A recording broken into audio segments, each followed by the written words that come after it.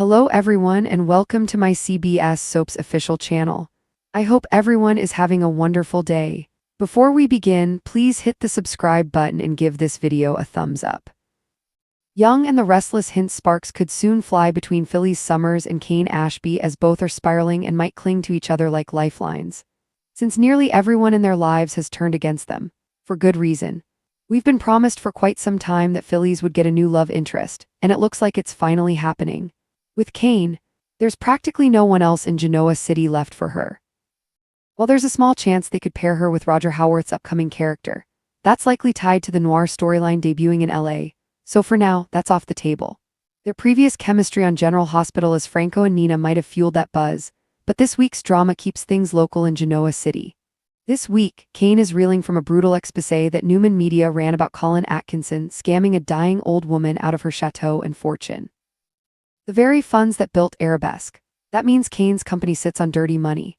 The hit piece, ordered by Victor Newman and executed by Adam Newman and Chelsea Lawson, leaves Kane blindsided. He never thought Victor would actually go that low. But he did. Then Jill Abbott grilled Kane about Colin's shady final scam. He swore he knew nothing about it, but things only got worse when Lily Winters stormed in and joined Jill in tearing into him. After Newman Media's hit piece dropped, Lily fumed that her kids would find out their granddad swindled a dying woman, and that their dad built his fortune from that stolen money.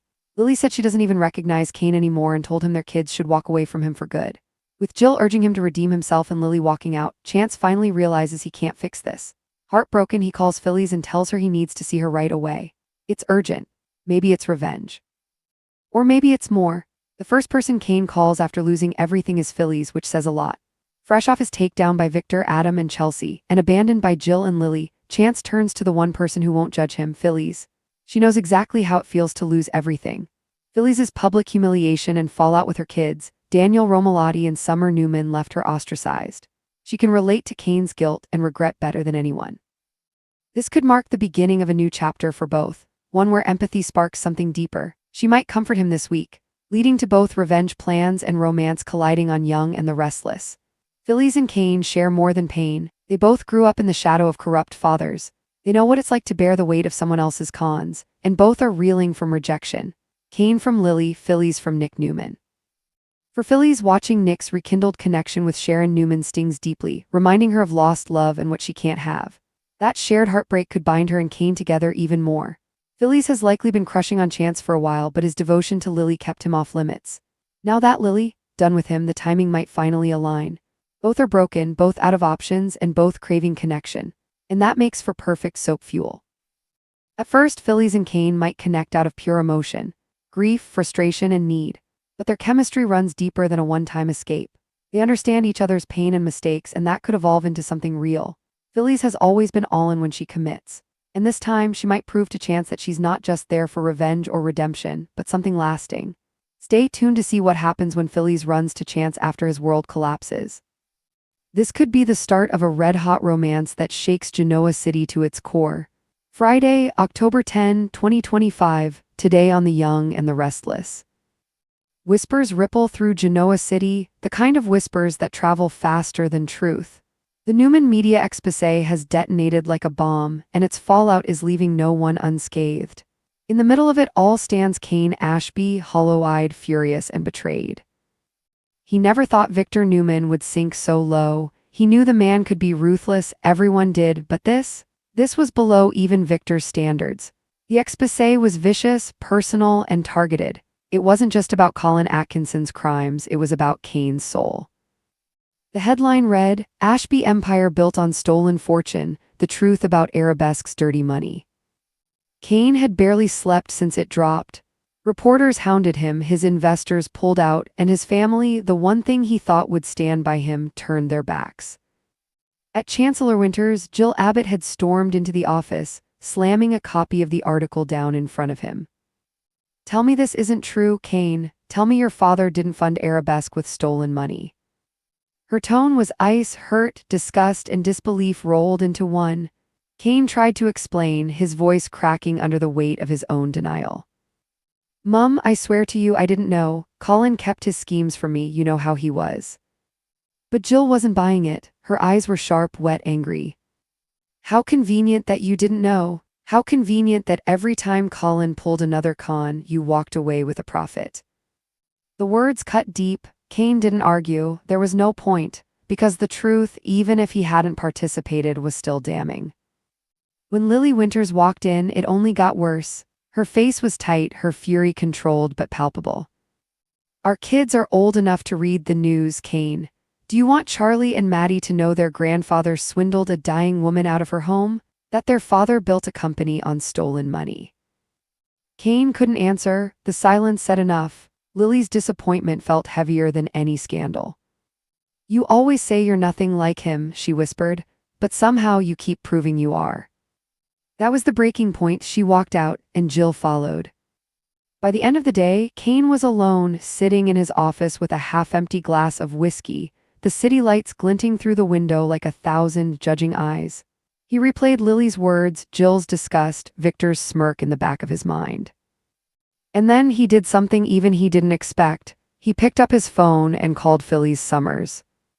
Meanwhile, across town, Phyllis sat at Society, stirring her martini but not drinking it. She was doing that thing she did, replaying her own mistakes, one by one, as if they were reruns she couldn't switch off. Her fallout with her kids had left her raw. Daniel barely spoke to her. Summer treated her like a ticking time bomb. She'd become that woman again, the one nobody trusted, the one everyone whispered about behind their napkins. Her phone buzzed. Kane Ashby. Her eyebrows rose. That wasn't a call she expected. Kane, what's going on? His voice cracked, low and rough, like someone who hadn't slept. Phyllis, I need to see you, now. What happened? Everything, he said simply. Everything gone to hell. She didn't ask more, she just grabbed her purse and left. The meeting at Crimson Lights. When Phyllis walked in, Kane was already there, slumped over a corner table, hair disheveled, his suit rumpled like he'd been wearing it for days. You look like you've been through the ringer, she said softly. He gave a hollow laugh, try thrown under it. Phyllis slid into the booth across from him. She didn't need the full story, she already knew it. Genoa City gossip traveled fast. So Victor's little hit piece did its job.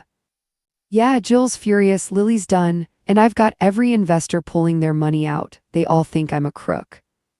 Phyllis tilted her head, her voice gentler than usual. Welcome to my world. Kane looked up at her then, and something passed between them, recognition.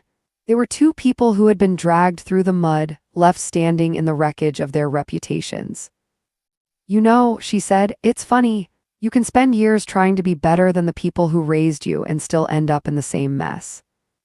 Colin Atkinson was a snake, Kane muttered, and no matter how hard I try, I can't seem to outrun his shadow. Join the club, Phyllis smirked bitterly. At least your father's not the one still calling you a disgrace every time he sees you at Society. He chuckled, the first real smile of the night. So what do we do, Phyllis? Crawl away and hide? Her eyes narrowed with a flicker of fire. No, we fight back. A dangerous partnership forms. Over the next few days, their meetings became routine. Late-night drinks at the Grand Phoenix. Coffee runs that turned into long strategy talks. At first, it was revenge that united them, a shared desire to take back control. Phyllis wanted payback against the Newmans, and Kane wanted to prove he wasn't the villain they made him out to be. But somewhere between the anger and the plotting, the lines blurred. Phyllis saw the broken parts of Kane, the guilt, the confusion, the exhaustion. He wasn't some arrogant CEO anymore. He was just a man trying to breathe. And Kane saw Phyllis in a new light, too, not as the schemer everyone warned him about, but as someone who fought tooth and nail for survival. One night, after another long conversation about strategy, she reached for his hand without even realizing it. Their fingers brushed, lingered. We're both a mess, she said softly. Yeah, he said, staring at her lips, but maybe two messes can make something that works. And then they kissed, slow, hesitant, but inevitable. Aftermath and complications. Of course, in Genoa City, no secret stays hidden for long. By the next morning, whispers began again. Phyllis was seen leaving Kane's suite at the Grand Phoenix before sunrise. By noon, half the city had an opinion. Nick Newman didn't take it well. He confronted Phyllis at Crimson Lights. Kane Ashby, Phyllis, seriously, you couldn't pick someone less complicated. Phyllis folded her arms. You don't get to judge me, Nick. You made your choice. You ran back to Sharon, remember? Nick's jaw tightened. You're better than this. Am I? She shot back. Because last I checked, every man I've ever loved said the same thing right before leaving me. Across town, Lily found out too, and if Kane thought the previous confrontation was bad, this was worse. So your reputation's in ruins and your response is to hook up with Phyllis Summers? She scoffed. Real smart, Kane, that'll convince everyone you've changed. But Kane didn't care, not anymore. Phyllis understands me, Lily. She doesn't pretend she's perfect. She's been where I am.